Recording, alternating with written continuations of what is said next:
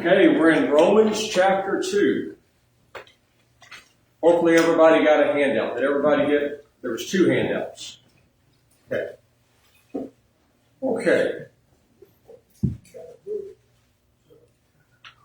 We'll spend just a few moments reviewing, and then what I would recommend, for what it's worth, is writing notes on the sheet that says Romans chapter 2 at the top. What that is a application part of Romans chapter 2. So what I do when I do my chapter studies is I'll write a synopsis and then I write an application. So this is the application part of Romans chapter 2. And I felt that it would be very helpful if we looked at the chapter as a whole, and then we'll go back and check these verses out. But we'll look at them as we go through this sheet. So what I'm going to do tonight is just teach this sheet right here, and raise your hand and participate as you feel that you can benefit, or questions that would maybe be helpful as well. So at chapter 1, we have the issue of the gospel being accentuated, set up somewhat on a pedestal, separate from all other teachings of men. The Apostle Paul has been set apart for the work of teaching that. It's his objective to go and teach the Romans, as we noted in chapter 1. Now, chapter 2, if you look at your sheet there, chapter 2 deals primarily with judging.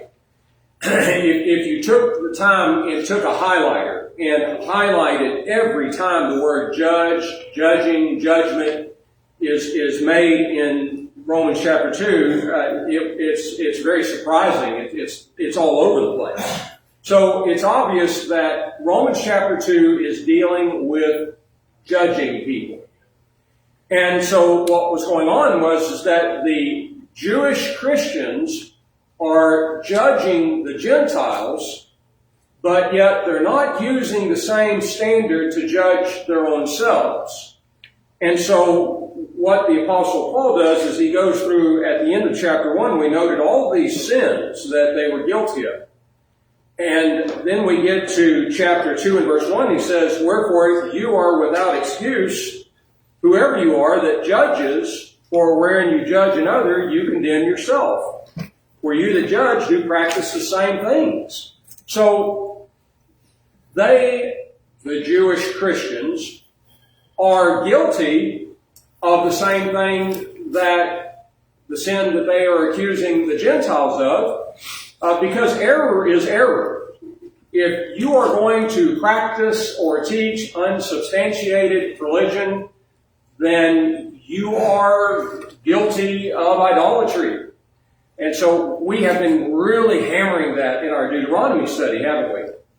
So again, the idea of unsubstantiated religion is the idea of me practicing something or teaching something that I don't have any facts or truth to back that up.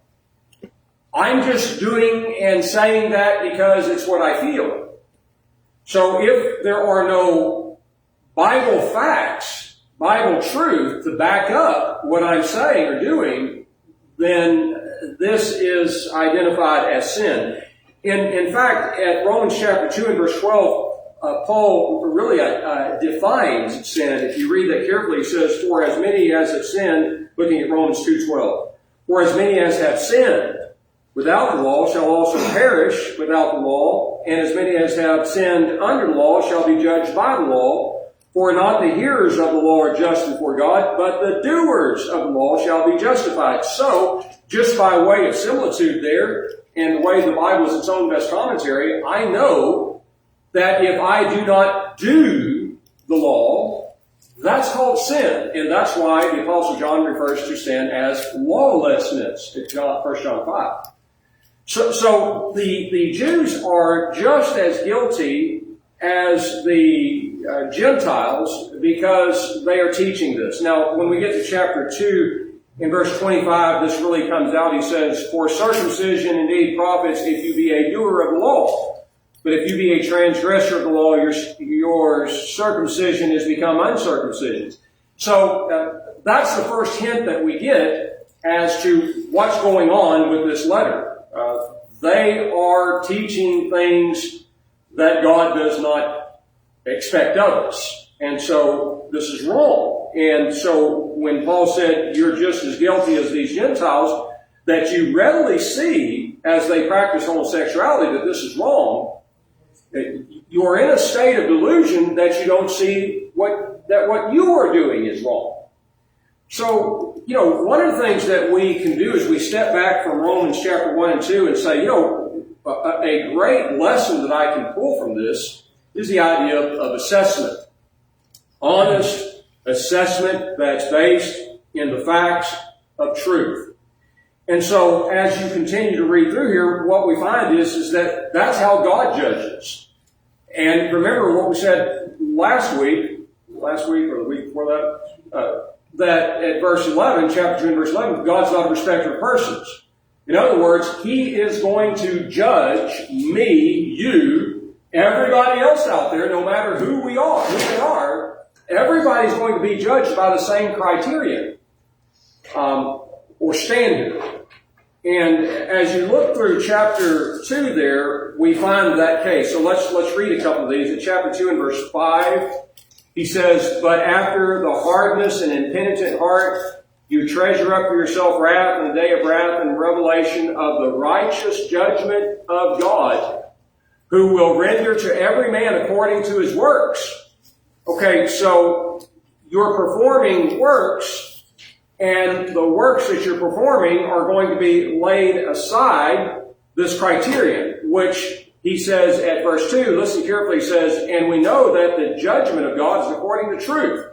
So God is the righteous judgment. He's going to judge according to one's works, and the standard that he uses is the truth. And at chapter 2 and verse 12, he says again, "For as many as have sinned without the law shall also perish without the law, and as many as have sinned under the law shall be judged by the law." Judged by the law, judgment of God is according to truth. He is he practices righteous judgments, which are according to truth, verse 8. So then we move to chapter 2 and verse 16, and listen carefully. He says, "In the day when God shall judge the secrets of men according to my gospel by Jesus Christ." So now I see this correlation, this relationship between the gospel, truth, and law. And as we discussed, whatever week that was last week's Singing Wednesday? Okay, that's why I'm thinking, it feels like it's been longer than last week. That's right, last week was singing. This is how God judges. This is the criterion that He uses. And maybe we would say, unfortunately, or however you want to word it, these Jewish Christians were not judging by the criteria of truth. And so when they are demanding that somebody be circumcised in order to be saved, they're judging by something other than the facts of God's Word, the truth. And so this presents a great problem. So, let's see, those that obey not the truth perish in their sins because of this judgment, chapter 2, verse 8 and 9. And those that do good works, that is, they obey the truth, are justified, that is, deemed right.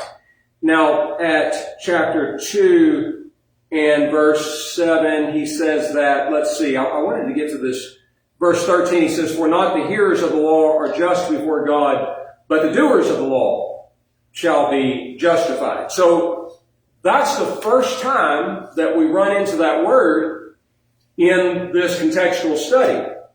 That is the word justified. And so really, this is the push, the movement of the epistle, it is a very instructive epistle that is going to give precise identity to what it means to be justified.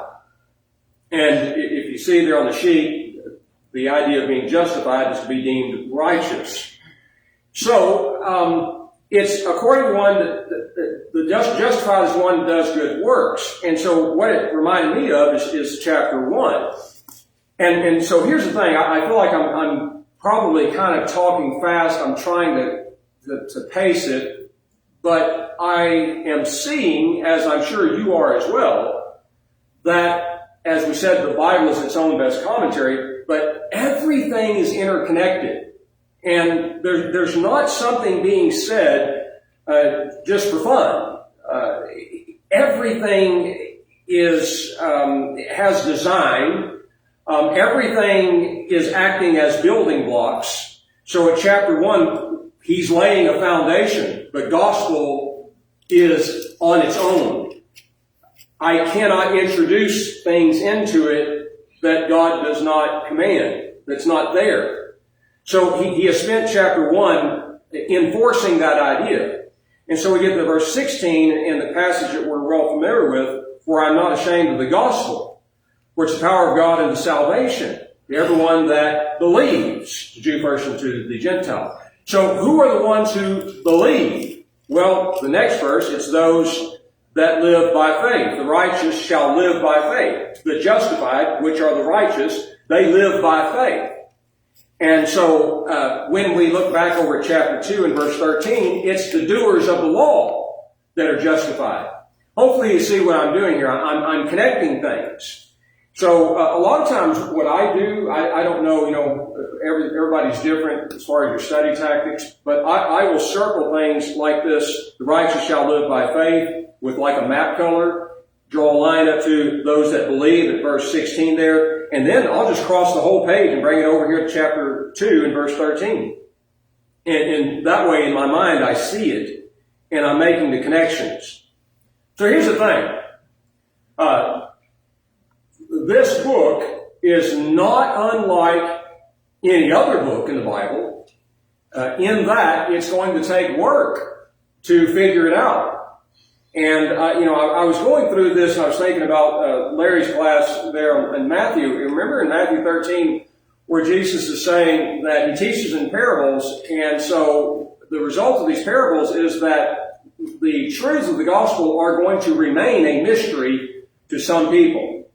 And to other people, their eyes are going to be open to it, and they're going to see the factual truths that are there, and they're going to understand. So our discussion was about why is it that it remains a mystery to them? And the study bears out the fact that for example, the book of Romans, those that do not understand the book of Romans are in that condition because they haven't put the work in to know.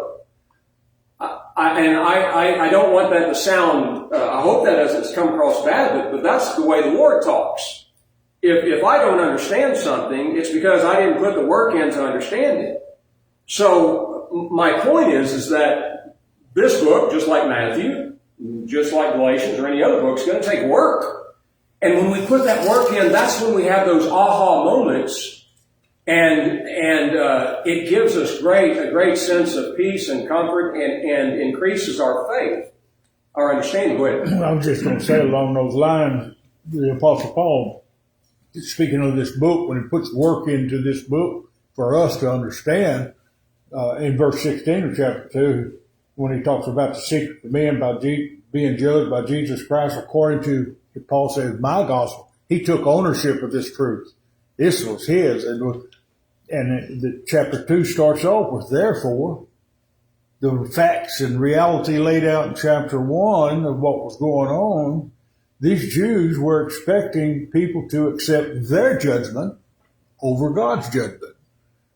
And so we have to make a judgment right there. Which one is right? Which one is wrong?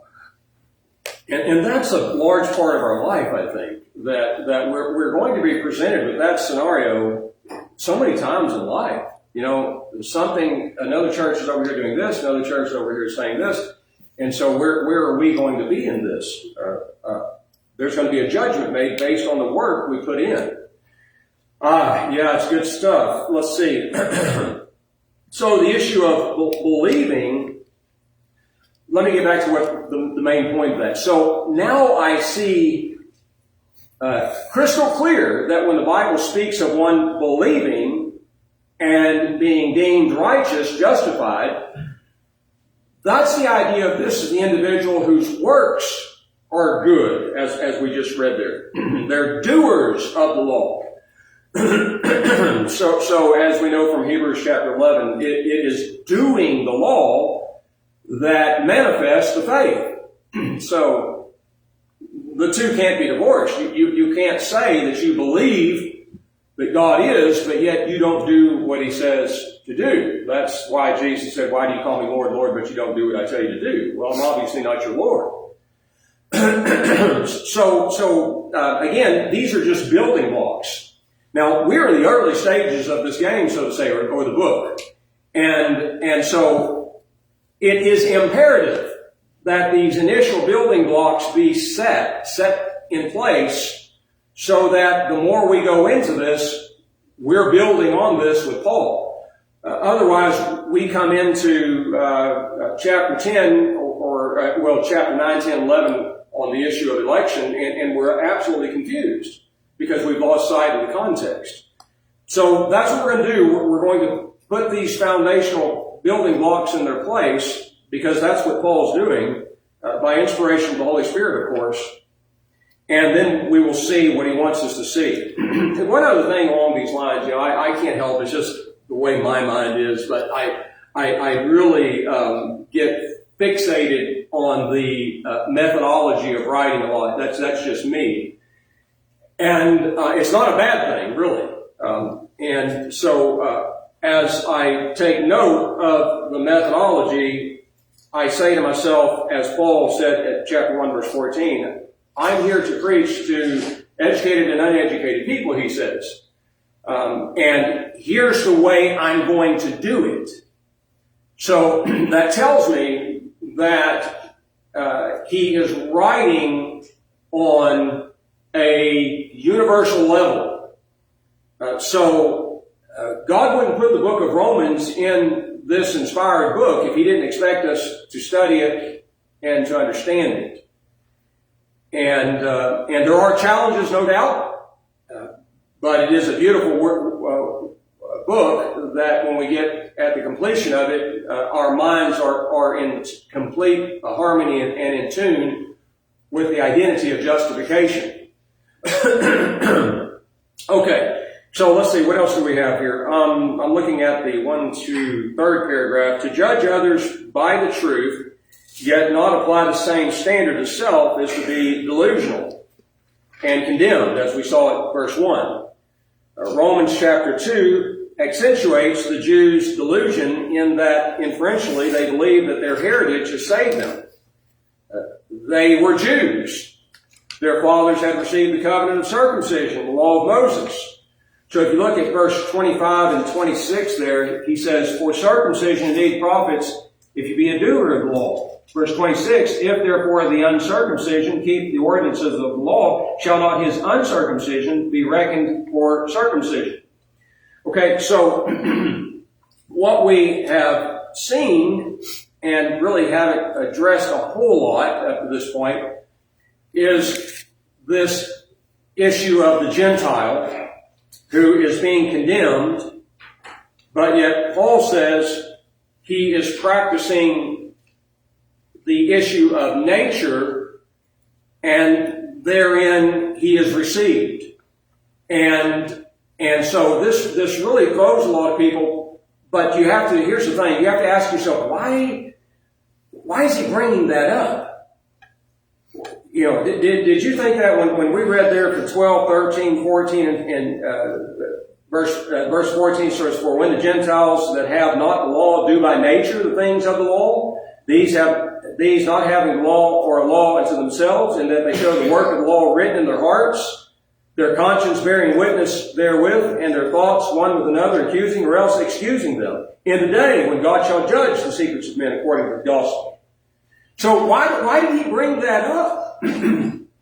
Well, you have this almost prejudicial view of the Gentiles by the Jews, and Paul is going to absolutely expose this.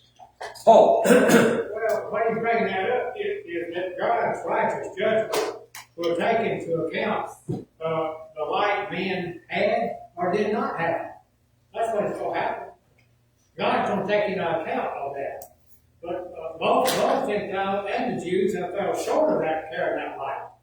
You know, surely the Gentiles that were able to do those things and hang on to it, God is going to reward them in some kind of way. That if they held on to the light, that they following all moral activity that they need to do as far as some of their Jewish law is concerned. But God recognizes that, and He's going to reward the Gentiles that were able to do this. But by and large, the majority of both Jews and Gentiles could not be in that life. They were hearers of the law, and they treated it as a gem or something hanging around the neck. They did not care about doing it. Some of the Gentiles did, and no doubt some of the Jews did.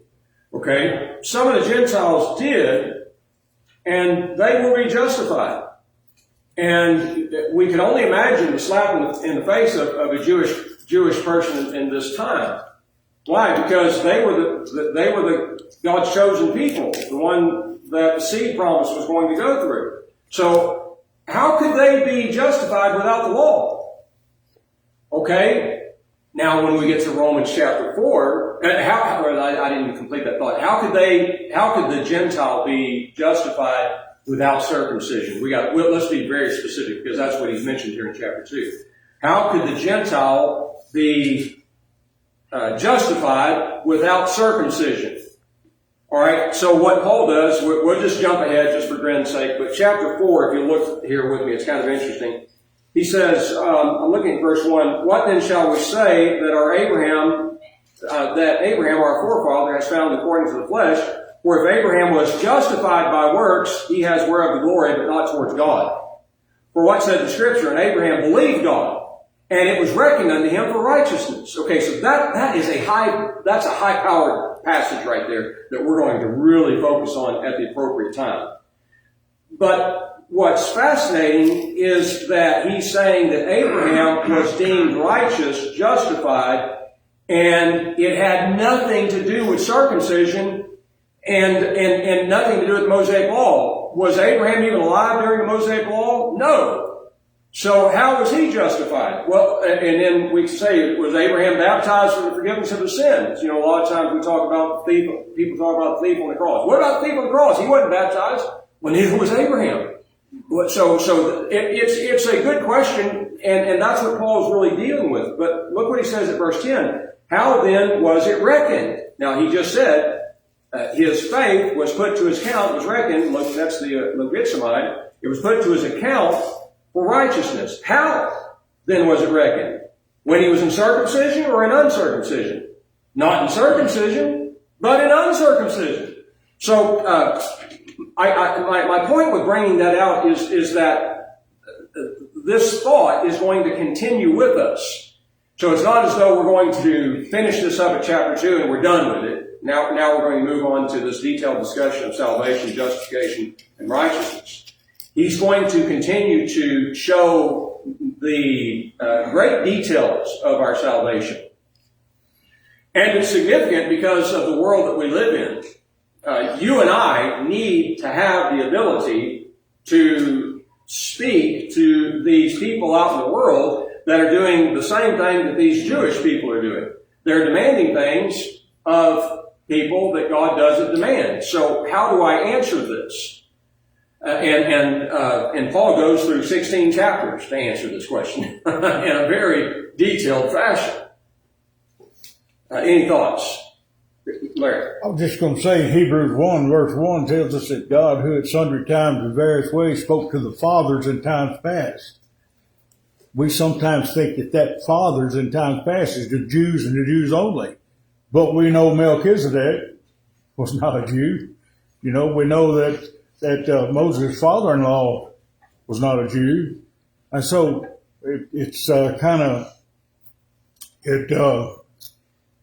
we have to step back and understand that God, when he spoke to the fathers, he spoke to the fathers, not just a certain group fathers, but he spoke to the fathers. So it has to involve the Gentiles. So they was hearing what God had to say. Melchizedek was a servant of the Most High God, king of righteousness. That's what he called him, king of righteousness. How was that? How do you get to be king of righteousness or servant of the Most High God? And you do the right things, what God says, the word that's been spoken. That's what Hebrews 1 says. Yeah. So in our Roman study, we're going to be doing quite a bit of that stuff. We're going to be looking back several different places in the Old Testament where those types of statements about the Gentiles are made.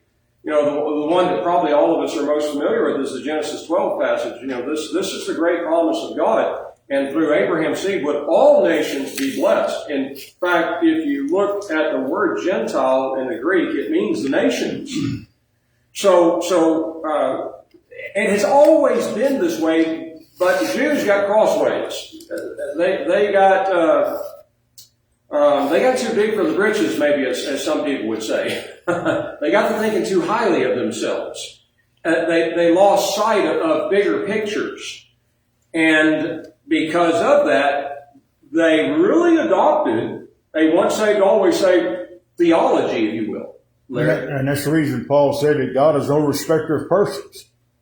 If he's no respecter of persons to the Jews, he's no respecter of persons to the Gentiles. He's no respecter of persons to anyone. So what's going to be the criterion is absolute truth. So again, as we said, we're only going through 2 chapters here, but there are really big things that you and I can sink our teeth into right here. The issue of the gospel standing on its own. It's the inspired word of God. We cannot pollute it with our thoughts, our opinions, our suppositions. That is a building block that we're going to sit there and that thing's not going to move. And then I just went blank. The other one, what you were just talking about.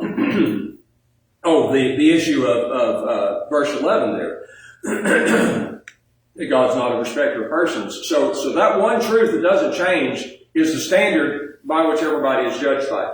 I feel like, the old proverbial, you're speaking to the choir thing. I know you all know those things, but it's important that we establish those very concretely in our minds as we move through this, in order for us to understand what Paul's directive is with the epistle. Don? Oh, I thought you had your hand. I'm sorry. Well, I'm trying to clear it up in my own mind, so help me out here. What he's saying here, trying to convince the Jews in Rome that actually their circumcision, which was physical and hopefully by the heart, is an outward sign of obedience to God. That's all. And the Gentiles are doing the same thing by their obedience to God, of course, through Christ. So they are circumcised. They've met the same criteria that you need to make. So therefore, don't require the physical circumcision. Recognize that they have been circumcised by their heart, by their obedience to what God wants. Yeah, I very well said. I don't think I can say it any better. Now you're looking towards the end of the chapter here. Sorry. That's okay. I mean, that's where we're about to go. But I mean, now I don't feel like I need to say anything. Don said it very clearly. And what Don said. Yeah, what Don said. Well, let's see. There was Larry, did you have your Paul? I thought I saw another hand.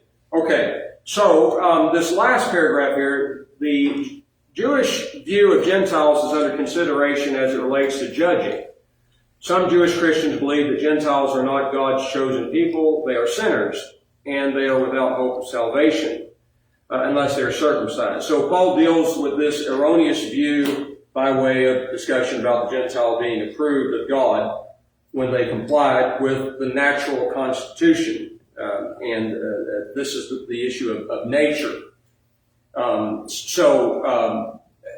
this is going to be very significant. This subject of the Gentiles doing by nature what the Jews were doing by written law. And when we get to, or when we go back to chapter 1 and verse 19, remember he said, because that which is known of God is manifest in them. And so, remember when we were studying that, nobody has any excuse. You know, this Gentile that you Jewish people are saying, you know, this is a filthy piece of junk here. You know, he's not one of the chosen like we are. Well, he was created by God just like you were. And God created everything good. And so and that's the reason he uses these very obvious sins in chapter 1, the issue of homosexuality. By nature, they knew that's not right. A lot of them practice it. And covetousness and murdering and adultery. You know, so at the end, where Don's alluding to, at the end of chapter 2, they didn't have the written law like you did, but yet they were complying by the issue of nature and the issue of God's creation. So nature speaks. Our nature speaks. And if we were to write those things down, then we would have written things. Okay, Larry's first. I was just going to say, this, by nature, this was built into man by God. Because he tells us right off the bat, let us create man in our image. Yeah, very good. Yeah. And God's not evil. And so man knows that, so you got a guy that's, I imagine this day, some guy's living on a farm, way on down the road there, and he has a wife there, and you kind of like her. I think I'll just go take her. Well, we know, without even reading from Matthew 19 or any of these passages that no, or 1 Corinthians 6, that no, that's not something you do. I think I've got a real nice one. Larry's got a real nice cornfield. I think I'll just go over and take it all. Well, we know that's the way God made us, to know these things. And so those Gentiles that were doing that, they had that, and they had creation. So I think that we brought up the 1 Corinthians 11 passage last week, or the last time, I can't remember, but he said, where Paul said, does not even nature itself teach you that if a man has long hair, it's a shameful thing. So the same word is used here. Nature is teaching things. Okay. Somebody. Oh, Paul, I'm sorry. Yeah. I changed my mind. It's too many wormholes. Too many wormholes. Did you? I was just going to carry my thought a little bit further when he said, let us make man in our image. So he created man in the image of God. A little bit later, he says, now, it's not good that man should be alone. So he made woman.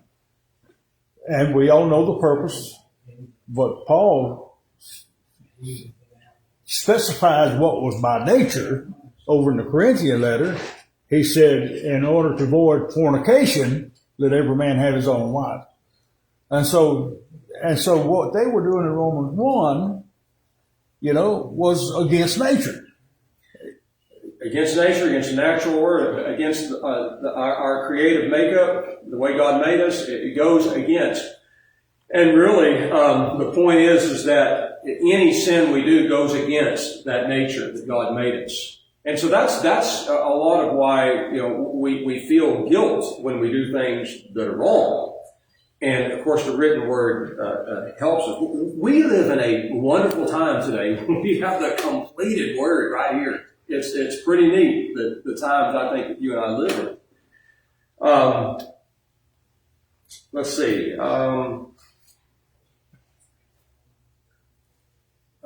Paul deals with erroneous view. I'm sorry. I just felt like it would be better if I stuck with these notes. I'm just trying to see what I'm missing here. Paul deals with this erroneous view by way of discussion. We just talked about that. Now, going to 25 through 29.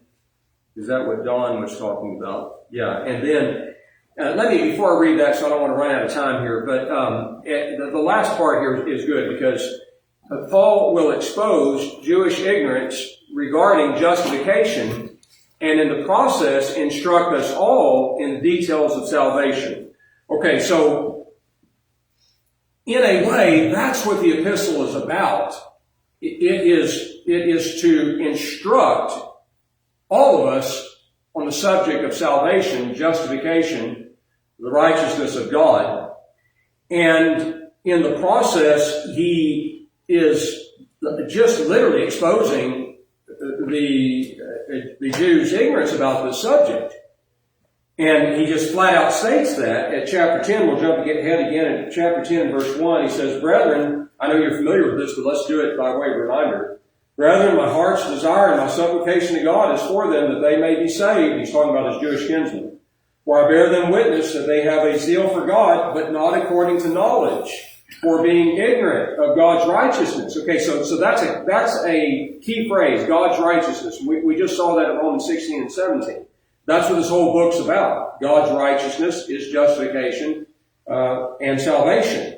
So they're ignorant of God's righteousness, and they sought to establish their own.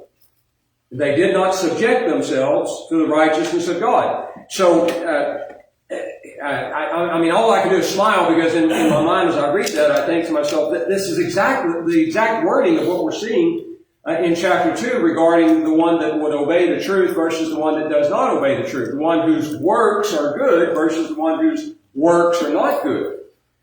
So, again, hopefully that this is fixated in our minds, that we have these building blocks here. And as I look at Romans chapter 1, he establishes those facts of the gospel. End of chapter 1, there are those that have violated those principles. Chapter 2, the Jewish Christians had done the same thing in that they're demanding things that God did not demand.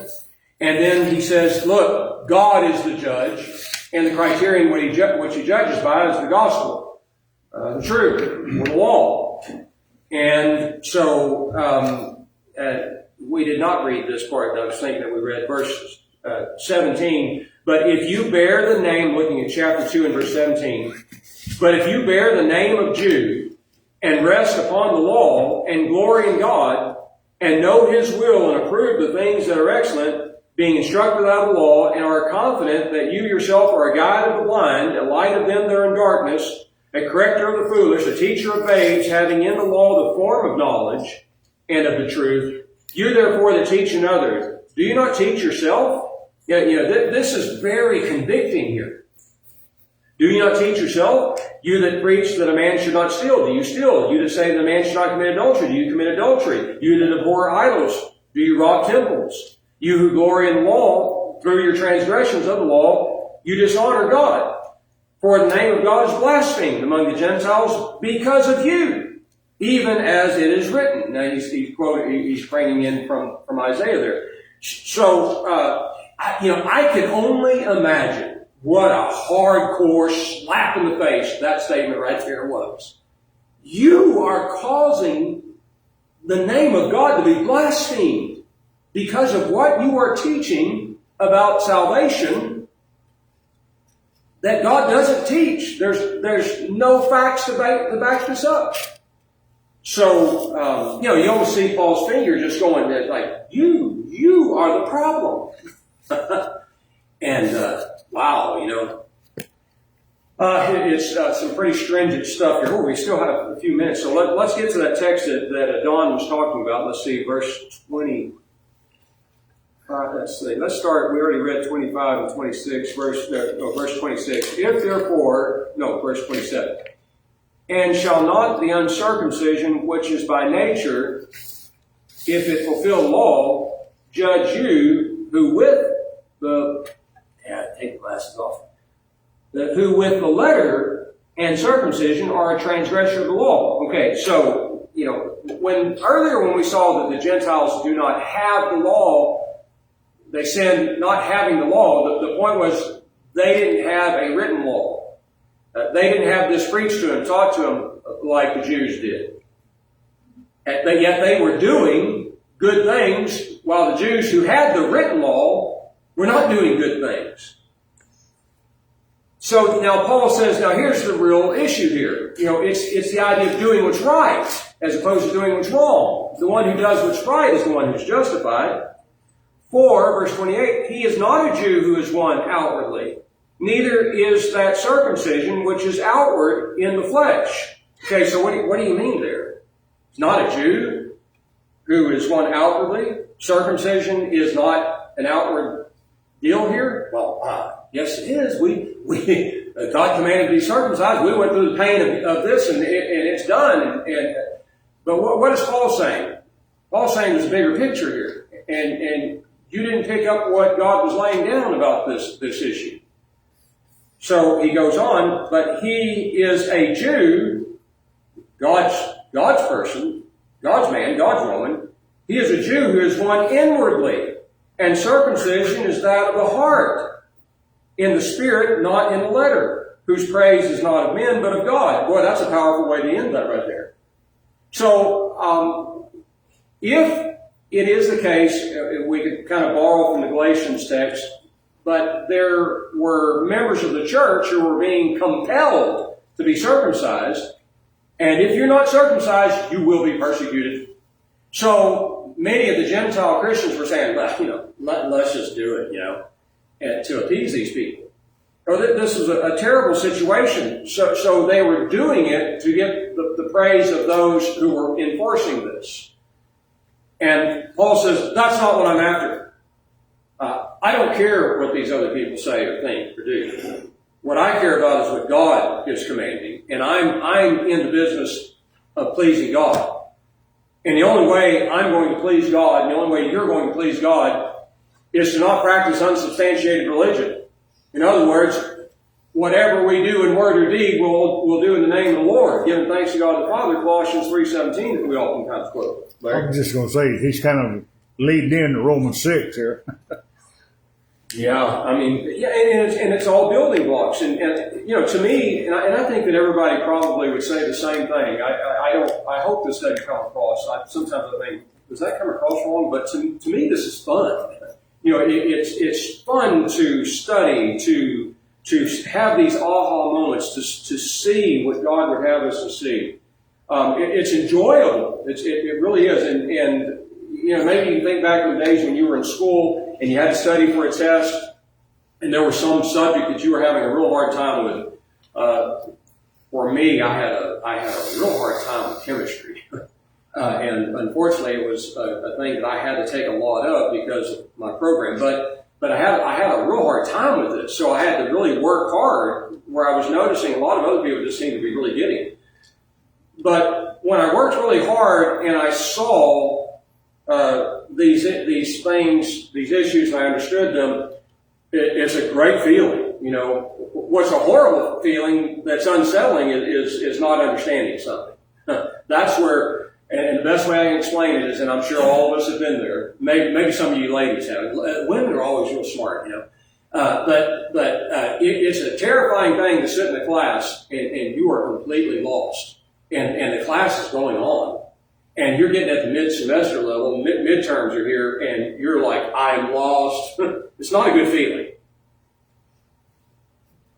Larry. What's terrifying when you're lost is the teacher calls on you. Yeah, real quick, there was a lady, a young girl sitting next to me in this class, and she said, I did terrible in class. And I said, I did too. The next day, they hand back the test. And I got mine. I had 55 on it. I failed it.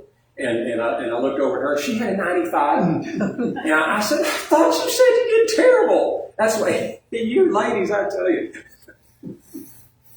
Don, I'm sorry. I think it would help if we all keep in mind the history of circumcision. Abraham was circumcised. He did not have the law of Moses, but he was commanded by God, and he complied. Jacob Isaac and Jacob were circumcised. Jacob's sons, all 12 of them were circumcised. But then we have this huge gap in history, 430 years basically, and this 80-year-old Moses, whom I have no idea whether he was circumcised at that time or not. Now, y'all might have a better recollection than I do. We know that when they crossed over the Red Sea, they had to stop and circumcise all the guys. And then 40 years later, they had to do it again. And by then, they did have the law of Moses. Yeah, hey, if we went through this, you're going to have to go through it. And we're way out of time. Go ahead. I just want to say, when we're talking about Abraham, sometimes we talk about him not having the law of Moses, but actually it's not the law of Moses, it's the law of God that was given to Moses. Moses had nothing to do with it other than the fact he was a facilitator of the law. Yeah. His name is, what is it? Associated with it. Yeah, the Acts 21:21 is easy memory verse. When the name Moses is there, that law is there. Oh, okay, we are way out of time, but I really appreciate it.